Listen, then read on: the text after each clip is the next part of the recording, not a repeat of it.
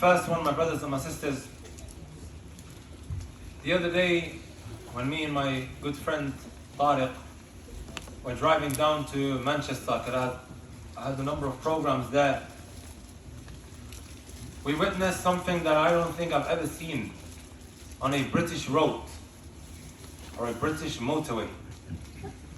4 cars collided with one another. The ambulances were brought, and also there were helicopter. There was a helicopter there. This helicopter arrived in order to take one of the casualties. It missed us by a couple of moments. That could have been us. What's this first point, my brothers and my sisters? The Messenger sallallahu alayhi wa sallam told us, إذا صلى أو إذا قام أحدكم إلى صلاة فصلي صلاة مودع. When you stand up to pray to Allah subhanahu wa ta'ala, then pray the farewell prayer. Is this the 6th prayer outside of the 5 that have been prescribed? No, my brothers and my sisters. Meaning, when you do carry out that prayer, make sure it is done so perfectly, because you don't know as to whether you will get another prayer. How many hours are there between Dhuhr and Asr? Couple of hours. And in between Asr and Maghrib, few. Right? And in between Maghrib and Isha, right? Very short period. We are being told this about our Salah. And the periods in between each prayer is very short. Then how about the Ramadan? Once it finishes, it departs. It doesn't come along except after another 12 months. Allahu A'lam whether we will get another Ramadan, my brothers and my sisters. This opportunity, this beautiful chance that Allah Azza wa Jal throws our way so that we could better ourselves, so we can get rid of certain bad habits. Right? Those who are sitting around the iftari table, my brothers and my sisters, last year or the year before, are they with us today? Right? There are people who are sitting with us around the iftari table last Ramadan and the Ramadan before that. Are they here with us? No. One of those who are not with us today, my brothers and my sisters, is my younger brother. He was only 24 years of age, guys. 24 years of age. He's no longer here. Some of us think we have our whole lives ahead of us. Allahu A'lam. Whether we have another year. Not so long ago, a brother who went on Umrah with us, I believe he was only 17 years of age. His name was Abdul Hamid. He went to Umrah to better himself. He came back. He was in a car crash. I remember he sent a photo of his into the WhatsApp group, the Umrah WhatsApp group. And he had stitches across his face. I messaged him privately, right, to see how he was doing. We thought, khalas, everything was perfectly fine. Now that he's got stitches, right. However, my brothers and my sisters, maybe a week or 2 after that, to everyone's shock, we were messaged and told that he had passed away and departed from this world. I think he was 17, brothers and sisters. That's the first one. Second one, my brothers and my sisters, that I want every single one of us to pay attention to is to have a secret act that is just between ourselves and Allah subhanahu wa ta'ala. One of the beautiful benefits of fasting is that we do an act of worship, which is the worship of fasting, secretly, right? What do I mean by that? You could be fasting, you could not be fasting, but everyone thinks that you're actually fasting, right? This is just something between you and Allah subhanahu wa ta'ala, right? You could easily cheat, but you're not. You're doing this for the sake of Allah Azza wa Jal, right? Even though you can go into the bathroom, right, and start drinking, and nobody sees you. To increase on these acts, this is one of the beautiful benefits that we take away from the month of Ramadan, to do things solely for Allah subhanahu wa ta'ala's sake. Right? There might be charities that you want to get involved in, that is just between you and Allah Azza wa Jal. Today, paying charity has been made so easy. It's just a touch of a button away, that nobody has to know about. Paying every day what? £1, £2, £3. These a'mal as-sirriya is from the greatest ways of remaining firm upon your religion. Right? Ibn al-Qayyim, he brings a line of poetry, he says, ذنوب الخلوات سبب الانتكاسات وعبادة الخلوات سبب للثبات. Look what he says. The private sins that you do behind closed doors that no one knows about is a shortcut to falling off the religion. Very, very quickly will fall off the religion because of these private sins that you do.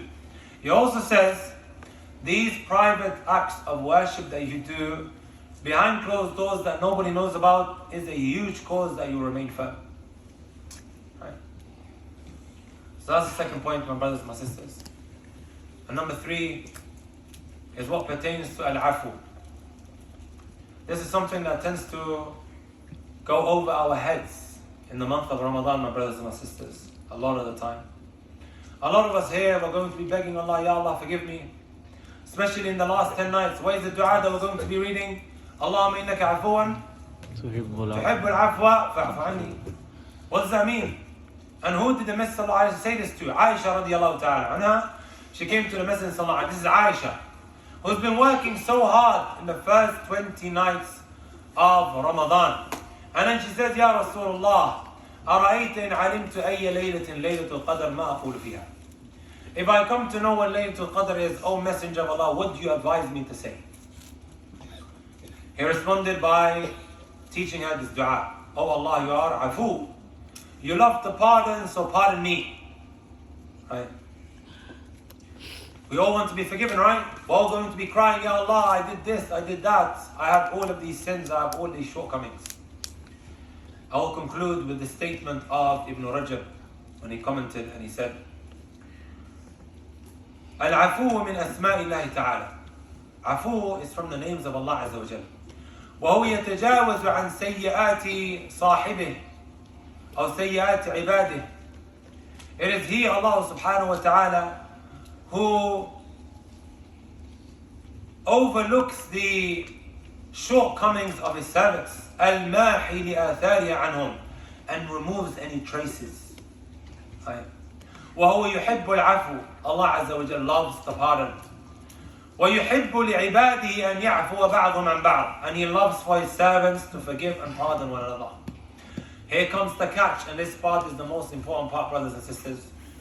He says in this wonderful kitab, لطائف المعارف, فإذا عفا بعضهم عن بعض عاملهم بعفوه وعفوه أحب إليه من عقوبته. Once they pardon and forgive one another, that's when Allah subhanahu wa ta'ala is going to forgive them. Right? Once they pardon one another, that's when Allah subhanahu wa ta'ala is going to forgive them.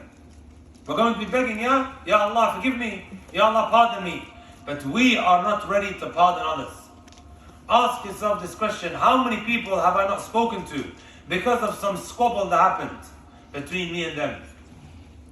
Because of some petty argument that we had and we stopped talking to them.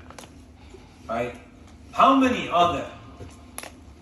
SubhanAllah, sometimes the person that we fall out with could be waliyun min awliya'illah. It could be from the saints, the close beloved servants of Allah. But then we rip into him, speak about him, and he looks like a random individual, but you don't know what is between him and Allah. My brothers and my sisters, wallahi, every year I mention this example. Muhammad does not speak to his brother Umar. You know why he doesn't speak to him? Because when Umar's daughter was about to get married, or when that guy came knocking on the door, Muhammad wasn't the first one to know, the first. He was maybe number 3. But because he wasn't the first person to know, he cuts off his brother Umar. They stop speaking to one another. Years go by. There's a hadith where the Messenger said, "Man hajara akhahu sana kana kasafki dami." Whoever boycotts his brother for 1 year, it is as if you have stabbed him and spilt his blood. That's when you boycott your brother for a whole year. Irhamu turhamu. Ighfiru yughfar lakum. That's the Messenger said. Have mercy upon the people, and Allah will have mercy upon you. Pardon and forgive them, Allah subhanahu wa ta'ala will pardon and forgive you. So if you want to be forgiven, because this is what we all want, Be ready to clear your hearts. Remove any grudges. Pick up that phone, make that call. You want a soft heart, right? People always ask, how can I soften my heart? Almost instantly, when you make that call, right, and you say, let's forgive one another. وَخَيْرُهُمَ الَّذِي يَبْدَأُ بِالسَّلَامِ. As the Messenger said, the best of the two is the one that starts with the salam. Step on your ego, bite your tongue. See how you feel almost instantly after that. Right? It's not easy, I know, guys. It's hard. Especially if you have been wronged.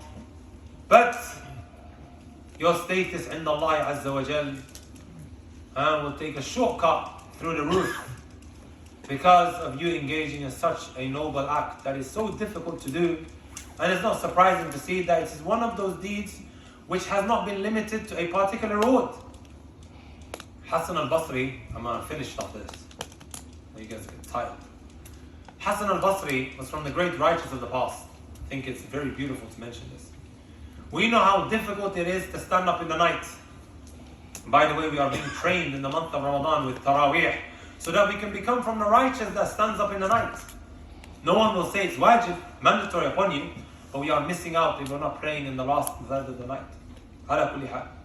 He wakes up, my brothers and my sisters, and out of all the du'as that he can make, he would say, Allahumma a'fu amman zalamani. Oh Allah, forgive and pardon those who have oppressed me. A man one time walked past and he heard him say this. He said, okay. The next morning he went to him, he said, تَمَنَّيْتُ أَنِّي كُنْتُ مِمَّنْ ظَلَمَكَ. I began to wish that I oppressed you. He said, why? Because you're always making dua for them in such a special part of the night. He said, why do you do this? He said, فَمَنْ عَفَى وَأَصْلَحَ فَأَجْرُ عَلَى اللَّهِ. Whoever pardons and he rectifies, indeed his reward is with Allah subhanahu wa ta'ala. You want to be forgiven? Make it an effort now to go and forgive the people that you may have cut off. May Allah Azza wa Jalla bless every single one of you guys. Ameen. Whatever happened today in the salah was very unfortunate, but I think it's good that it happened. Because we learned. Sahih? We learned something. That's never happened to me before. Right? But subhanAllah, I think the mind is distracted today. Like I said, once the Imam stands back up and he straightens his back, he can't actually go back down. Right? He can't go back down, he has to finish, and that's the right thing to do. So today you prayed 9. Okay, that's a new one. Today you prayed 9, should have been 8. We learned what happens when that actually takes place. جزاكم الله خيرا وأحسن الله إليكم. سبحانك اللهم وبحمدك أشهد أن لا إله إلا أنت أستغفرك وأتوب إليك. جزاكم الله خيرا. السلام عليكم ورحمة الله وبركاته.